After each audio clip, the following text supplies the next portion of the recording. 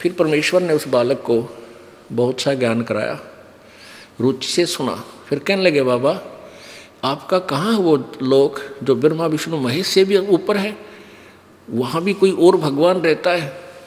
परमात्मा बोले, चल बेटा तुझे वो लोक दिखाता हूँ। क्योंकि परमेश्वर ने अपने गवाचार करने थे इस बिचली पीढ़ी का पेटावरण के लिए, विश्वास दृढ़ करने के लिए कि आने वाले समय में कोई डगमग ना रह जाए और मेरे ये गवाह अपना एफिडेविट लिख कर चले जाएंगे।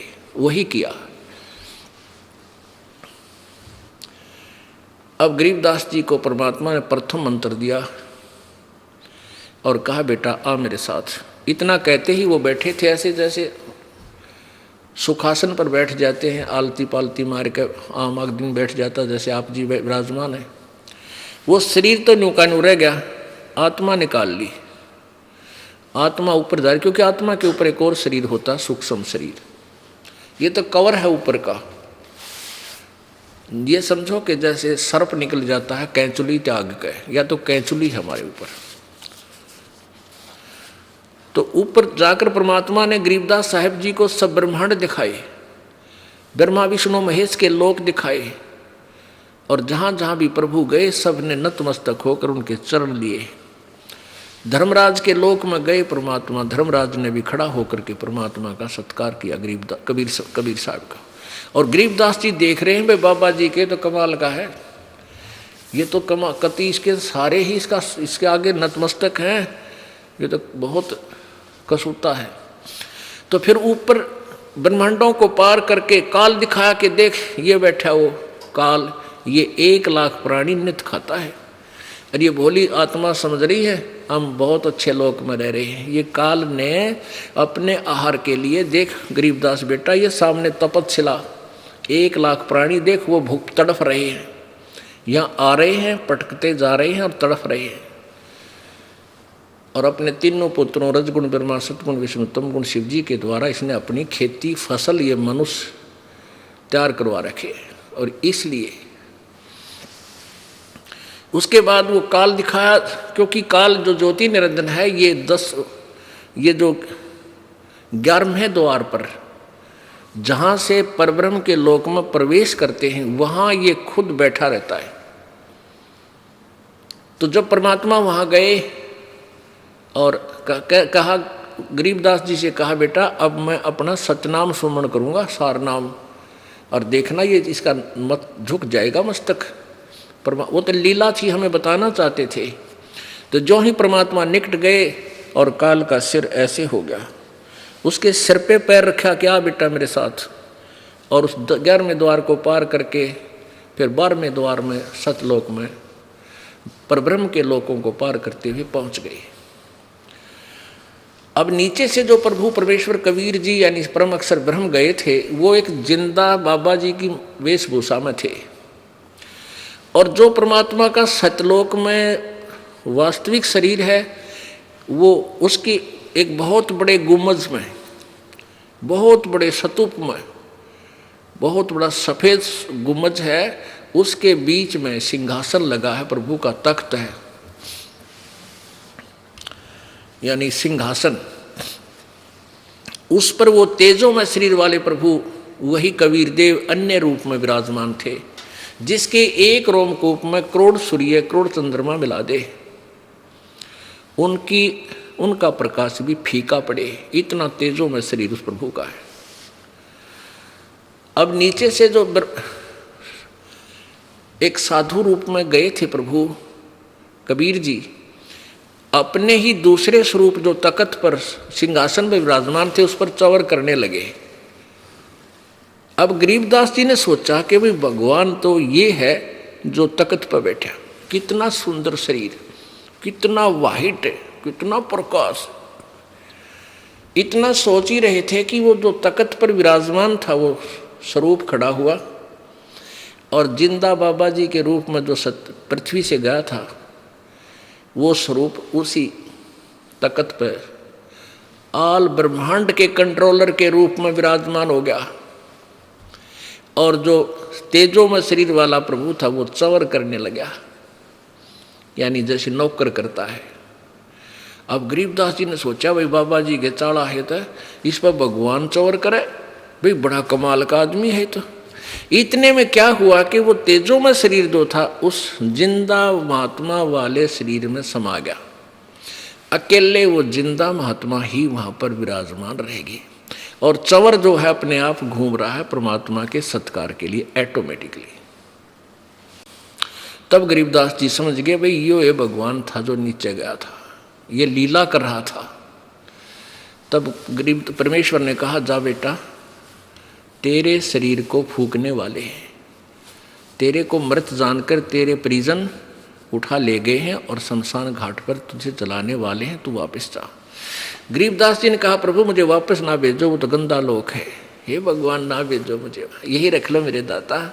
क्योंकि वहां जाने के बाद तो ये ऐसा लगता जैसे सुअर लेटे रहते हैं ना गंध में, और एक बहुत अच्छी चिप्स की कोठी में कोई व्यक्ति रहता हो और उसको कहा जाए कि जहाँ ये सुअर पड़े हैं गंध में, तू यहाँ चला जा, वो नहीं जा सकता।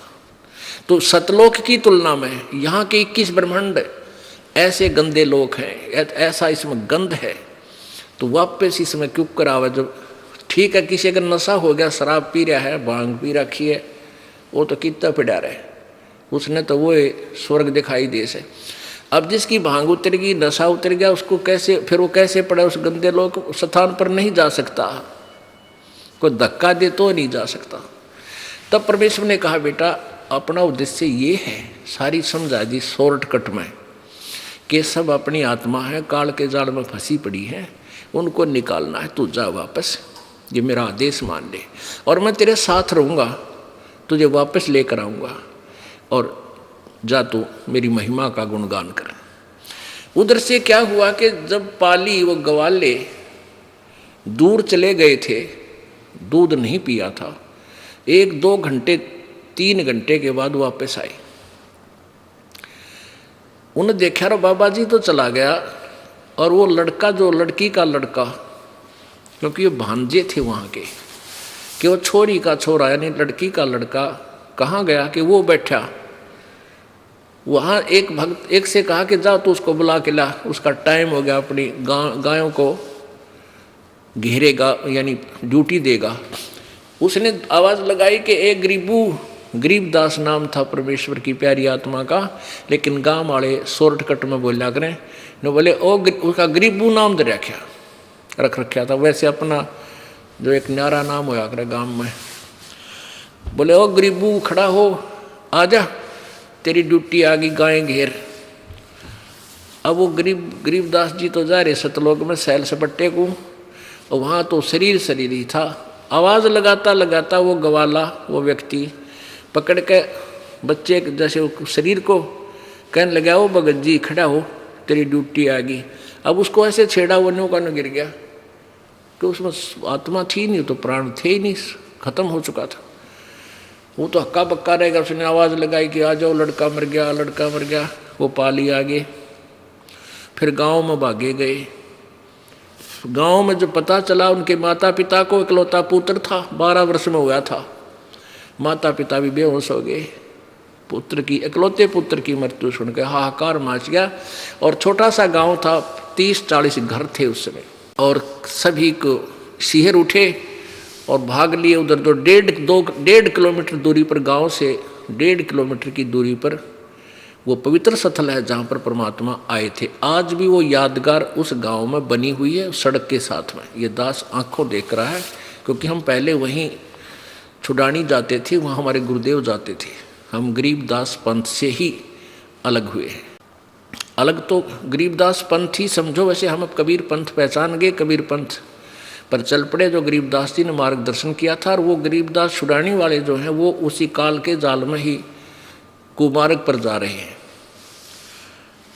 तो वहाँ आज भी वो यादगार विद्यमान है, और गांव का बच्चा बच्चा कहता है कि यहाँ कबीर जी आए थे, क्योंकि गरीबदास जी ने अपनी वाणी में प्रमाण दे रखा है। अलल पंख अनुराग है, सुन मंडल रह थीर, दास गरीब उधारिया मोए सतगुरु मिले कबीर। तो गांव वाले सब जाकर के बच्चे का शव उठा लाए, और शाम के समय 5-6 बजे 7-8 बजे उसने जलाने की चेष्टा करने लगे। चिता पर रख दिया, अग्नि लगाने की तैयारी। तभी परमात्मा ने वो आत्मा गरीबदास जी वाली परमेश्वर कबीर जी ने वापस शरीर में प्रवेश कर दी। एकदम वो बंधन टूट गए जो ऊपर बांध रखे थे अस्थि का ऊपर, उस अर्थी के ऊपर, और एकदम बालक खड़ा हुआ। और जो आंखों देखा, जो परमात्मा ने फीड कर दी थी वो वाणी कबीर साहब, कबीर परमेश्वर जी ने, गरीबदास जी ने वो अमर वाणी बोलनी शुरू कर दी। वो अमर वाणी संग्रह की हुई है। आज ये दास आपको पढ़कर सुनाता है, उसी में से बहुत सी वाणी बार बार सुनाता रहते हैं। तो वो वाणी बोलनी शुरू कर दी और किसी से बात नहीं करे, उठ पड़ा, बच्चे को ले आए। अब सबको ये हो गया कि लड़का मेंटल हो गया, पागल हो गया, क्योंकि उसने बाबा जी के जादू जंत्र का दूध पी लिया। इसलिए इसके दिमाग में फर्क हो गया। बावड़ा कहने लग गए, पागल, बावड़िया गरीबदास जी को। फिर ये सोचा कि चलो बच्चा जीवित हो गया, माँ बाप इसने बच्चे के देख देख कर इसको अपना जीवन पूरा कर लेंगे, इसी के साथ अपने दिन तोड़ लेंगे, ये सोचकर सब अपना संतुष्ट हो गए। अब वो बोल रहे, वो अमरवाणी जो वेदों से भी पार की है, और वो बोला जो समाज समझे नहीं, वो पागल कहने लग गया उस परम पिता की प्यारी आत्मा को। अब वो बताने की चेष्टा कर रहे हैं कि कबीर परमात्मा है जो बनारस में दानक रूप में आया था, जुल्हा रूप में आया था। इस बात ने जाट समाज कदे भी ना माने, है झूठ बोल रही, तो मैं पागल हो गया। दानक ना भगवान बताओ, जुल्हा कवि ने। अब परमेश्वर को पता था कि ये गरीबदास जी द्वारा मैं अपनी महिमा पुनर्लिपिबद्ध करवा दूं, इस बीचली पीढ़ी में यू एफिडेविट काम आएगा। अब क्या हुआ कि ऐसे 3 वर्ष बीत गए। गरीबदास जी मस्ती में ये शब्द बोलते हैं, वाणी बोलते हैं कि वो परमात्मा सतलोक में रहते हैं, वो पूर्ण ब्रह्म है। जाकू कहें कबीर जुलाहा, सब गति अगम, अगम अगाहा। वो जिसको तुम जुलाहा कहते हो वो पूर्ण परमात्मा है। अनंत कोट ब्रह्मांड का एक रति नहीं भारे, सतगुरु पुरुष कबीर हैं ये कुल के सिरजनहार। अनंत कोट ब्रह्मांड का परमात्मा पर कहते हैं एक रति भी भार नहीं है उनको, वो इतने समर्थ, इतने शक्तिशाली हैं। और सतगुरु पुरुष कबीर है। अब देखो दोनों उपमा दी है गरीबदास साहिब ने। सतगुरु का अर्थ होता है तत्वदर्शी संत, जो यथार्थ ज्ञान प्रदान करे। वो सतगुरु की भूमिका भी उन्होंने की, और पुरुष माने परमात्मा, वो सारे ब्रह्मांडों का संचालक भी कबीर जी ही है। तो इस तरह वो वाणी बोलते रहे। धर्मराय दरबार में देई कबीर तलाक, मेरे भूले चूके हंस को तू पकड़िए मत कजाक। यहाँ के न्यायाधीश के सामने ब्रह्मा विष्णु महेश की भी जो है ना थर थर शरीर कांपता है, देह कांपती है जब उसका संदेश आता है। और वो न्यायाधीश 21 ब्रह्मांड का जो न्यायाधीश सबका अकाउंट रखता है, वो कबीर परमात्मा के सामने हाथ जोड़कर खड़ा हो गया जब गरीबदास जी साथ थे। जैसे बड़ा अधिकारी पुलिस वाला और छोटे अधिकारी दरोगा के ऑफिस में चला जाता है, अचानक उसको पता चल जाता है कि आईजी साहब आए हैं या एसपी आया है, तो खड़ा हो जाता है, सलूट मारता है और वो उसको आदेश देता है, संकेत देता है, डांट मारता है कि तूने ऐसा किया तो तुझे छोड़ूंगा नहीं, तेरा ये कर दूंगा। वो कहता जी सर, जी सर। तो ऐसे कबीर परमात्मा के सामने 21 ब्रह्मांड का न्यायाधीश धर्मराज करबद्ध खड़ा हो जाता है और उसको परमात्मा डांट मारते हैं कि मेरे भूले चूके हंस को तू पकड़िए मत कजाक।